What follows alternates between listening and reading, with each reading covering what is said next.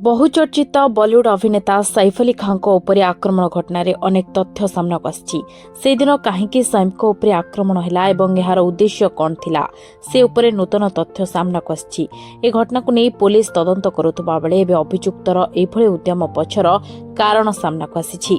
अभियुक्तर बयान हिसाब से कहुछि जे निज मां को चिकित्सा पई अभियुक्त बांग्लादेशी नागरिक शरीफुल इस्लाम शहजाद और विजय दास चोरी करने को निष्पत्ति चाकरी चली जिबा परे टंका रोजगार अन्य किछि बाट न पाई विजय एभली करिथिबा नै सामना को आसी।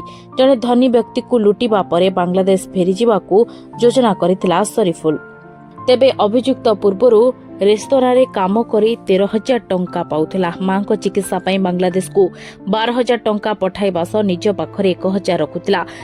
दिने हठात जने ग्राहकंक हीरा मुदी चोरी करिबारु ताकू रेस्टोरेंट रो बाहर कर दिया जायतला। एहा परे ता पाखरे घर को पठाइबा को टंका नथला। एहा परे से कोनोसी धनी व्यक्ति को लुटिए बोली योजना करिथिला।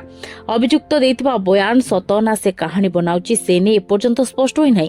ए घटना को नै एबे तदंत चलिछि।